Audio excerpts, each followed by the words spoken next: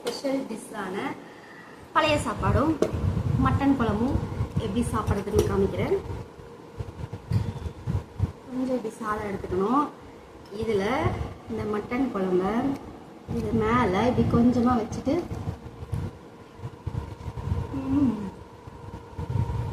செம்ம காம்பினேஷன்.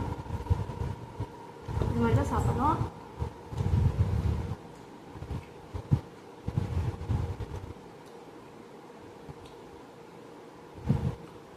கழுவி